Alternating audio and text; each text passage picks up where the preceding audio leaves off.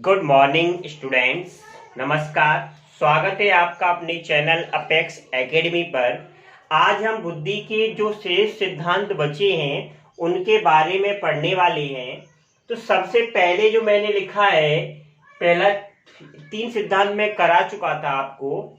एक कारक सिद्धांत, द्विकारक सिद्धांत, त्रिकारक सिद्धांत। एक कारक सिद्धांत किसने दिया था? अल्फ्रेड बने ने। और द्विकारक तथा त्रिकारक सिद्धांत किसने दिया था? स्पीयरमैन ने। हम बता चुके हैं पिछली वाली वीडियो में। आज है नंबर 4, प्रतिदर्श का सिद्धांत। तो ये प्रतिदर्श का सिद्धांत किसने दिया था? ये दिया था थॉमसन ने। किसने दिया था? थॉमसन ने। प्रतिदर्श के सिद्धांत में क्या हुआ, ये जो सिद्धांत दिया गया वो अपन पीछे पढ़ के आए हैं। द्विकारक एवं त्रिकारक सिद्धांत, इनके विरोध में दिया गया था। साथियों, बात समझ में आ रही है? पीछे जो अपन पढ़ के आए हैं, जो सिद्धांत स्पीयरमैन ने दिया था, हम ये भी कह सकते हैं कि स्पीयरमैन के सिद्धांत के विरोध में थॉमसन ने अपना प्रतिदर्श का सिद्धांत दिया था। इन्होंने जी भैया उनके बारे में, उनके विरोध में दे रहे हैं। तो उन्होंने क्या बताया था कि बुद्धि के 2 कारक होते हैं, जी और एस। किसने बताया था? स्पीयरमैन ने। तो इन्होंने उनको नहीं स्वीकारा, मना कर दिया कि बुद्धि में 2 कारक नहीं होते। और इसका दूसरा नाम क्या है? Sampling theory. प्रतिदर्श सिद्धांत का नाम ये भी आ जाता है कि सैंपलिंग थ्योरी। किसने दी थी? तो वो किसने दी थी? थॉमसन ने। इन्होंने क्या बताया? इन्होंने बताया कि प्रत्येक व्यक्ति को जब अलग अलग कार्य दिए जाते हैं, बात सुनना, कि व्यक्ति को जब अलग अलग कार्य दिए जाते हैं तो वो प्रत्येक कार्य को करने के लिए अलग अलग प्रतिदर्श को या अलग अलग तरीके को या अलग अलग पैटर्न को अपनाता है। बिल्कुल सही बात है कि हम आपको कोई भी कार्य दें, जैसे मान लो कि कोई बच्चा या कोई भी बालक है, तो वो क्रिकेट खेल रहा है तो वो को अलग तरीके से खेलेगा। अगर वो लूडो खेल रहा है तो वो अलग तरीके से खेलेगा, या कुछ और खेल खेल रहा है तो हर खेल के जिस प्रकार से अलग अलग तरीके या अलग अलग पैटर्न होता है, उसी प्रकार से हम किसी भी कार्य को करने के लिए अलग अलग तरीकों से करना पड़ता है। ऐसा नहीं है कि एक कार्य हमने उस तरीके से कर लिया, उसी तरीके से सारे कार्य कर ले, नहीं होता। हर कार्य को करने का अलग ढंग होता है, अलग तरीका होता है। तो यही इन्होंने बताया कि एक व्यक्ति को जब अलग अलग कार्य दिए जाए कि भाई आप ये कर लो, फिर आप ये कर लो, तो एक कार्य को वो दूसरे तरीके से करेगा और दूसरे कार्य को अलग नए तरीके से करेगा। तो यही इन्होंने बताया कि जो बुद्धि होती है, तो प्रत्येक व्यक्ति को जब हम कार्य करने को देते हैं तो वो अलग अलग कार्य के लिए अलग अलग प्रदर्श को दर्शाता है, क्योंकि उसमें अनेक मानसिक योग्यताएं होती हैं। बिल्कुल सही बात है। उन्होंने ये नहीं बताया कि ना ही तो 2 होती है, ना ही 3 है, जी एस कारक कुछ नहीं। इन्होंने ये कहा कि वो इसलिए दर्शाता है क्योंकि उसके अंदर जो बुद्धि है उसमें अनेक मानसिक योग्यताएं, पता नहीं कितनी मानसिक योग्यताएं, तो जिस तरीका वो अपनाता है तो अनेक तरीके अपनाता है। ठीक है साथियों? अब ठीक है, तो ये जो डायग्राम बनाई है, इसका बनाया है मैंने आपके लिए कि जैसे मैं आपसे कहूं कि कहानी ले लो, कहानी, कविता और मैं नाटक ले लूं, तो ये अलग अलग कार्य हैं, लेकिन इन कार्यों में परस्पर कुछ संबंध होता है। ठीक है, तो ये संबंध बता रहा है। बिल्कुल सही बात है कि इनमें परस्पर संबंध होता है, और ये क्या बता रहा है? संबंध। ठीक है, चलिए दोस्तों देखिए साथियों, आगे देखते हैं। हम पढ़ते हैं बुद्धि का त्रिआयामी सिद्धांत। ये किसने दिया था और इसके बारे में क्या क्या है वो हम पढ़ते हैं। तो ये दिया था किसने? जेफी गिलफोर्ड ने। किसने दिया था? जेफी गिलफोर्ड ने। बुद्धि का त्रिआयामी सिद्धांत जेफी गिलफोर्ड ने दिया था। और कब दिया था? 1967 में। इसका एक दूसरा नाम भी है कि इसको बुद्धि का संरचना सिद्धांत कहते हैं। और भी नाम है इसका। एक नाम ये भी है, इसको 3D मॉडल कहते हैं। क्या कहते हैं इसको? 3D मॉडल कहते हैं। तो देखो इन्होंने क्या किया कि 1967 में जेफी गिलफोर्ड ने 1967 में डिब्बों के आकार की एक संरचना बनाई, एक मॉडल प्रस्तुत किया। डिब्बों के आकार का एक मॉडल प्रस्तुत किया, इसलिए इसको 3D मॉडल कहते हैं। और उसमें इन्होंने बताया कि इन्होंने इसके बुद्धि के 3 आयाम बताए। कितने बताए? 3 आयाम, इसलिए इसको 3D मॉडल कहते हैं। पहला बताया विषय वस्तु, दूसरा बताया संक्रिया और तीसरा बताया परिणाम। तो देखते हैं आगे। तो विषय वस्तु क्या है? समस्या समाधान के लिए जिस सामग्री की आवश्यकता होती है, सुनना दोस्तों, समस्या समाधान के लिए जिस सामग्री की आवश्यकता होती है उसे हम विषय वस्तु कहते हैं।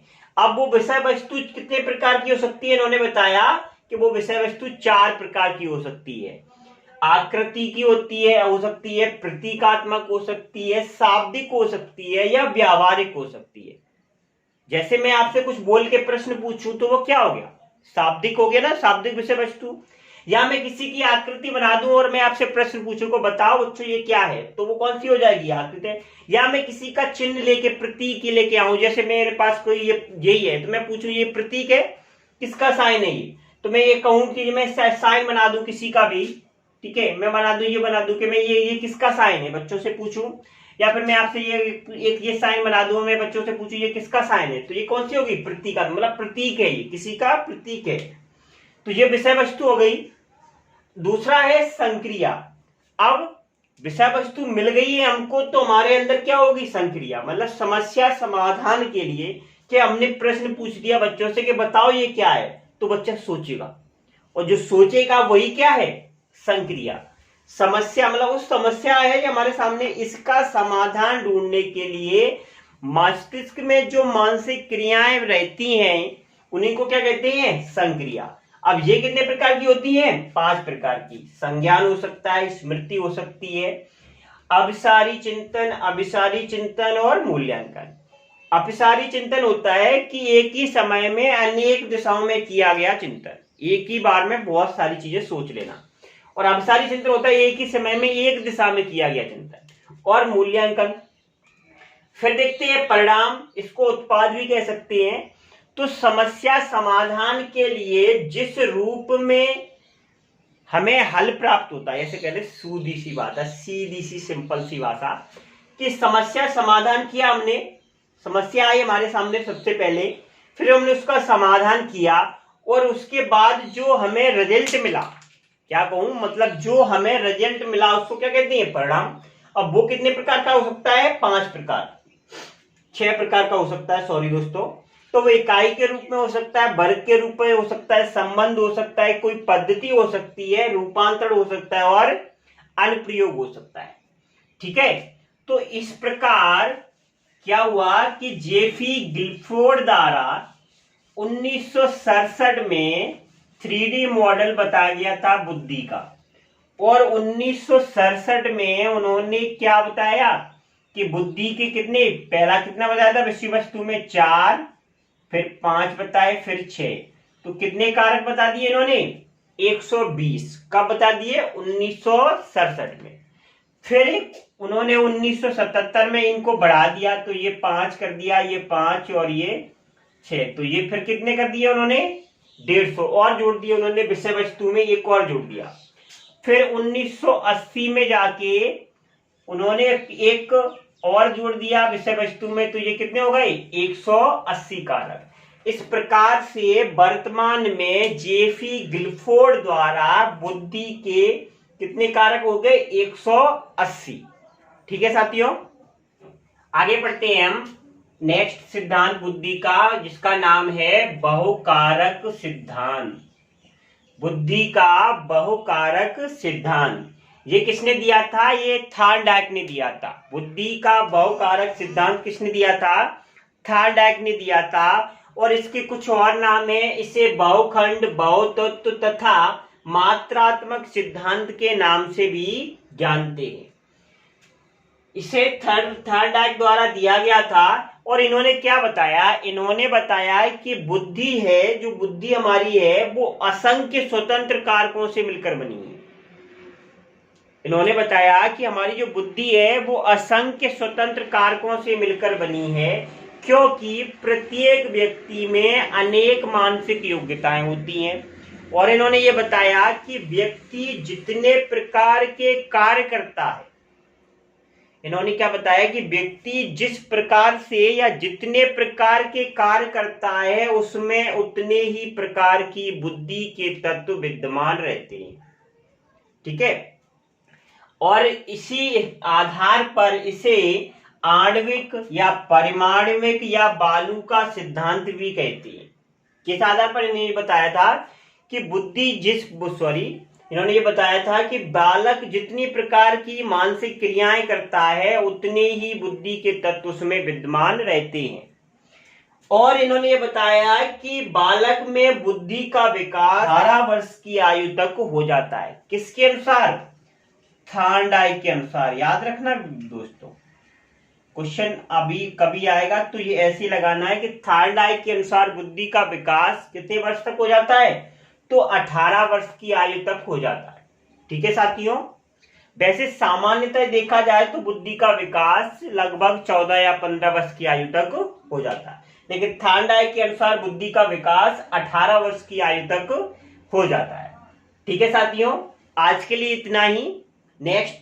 आपको नेक्स्ट वीडियो में मिलेगा। आप मुझे कमेंट करके बताया करो कि मेरी वीडियो आपको कैसी लग रही है, तो उससे मेरा मनोबल बढ़ता है, अच्छी लग रही है या बुरी लग रही है। ठीक है, नमस्कार, धन्यवाद।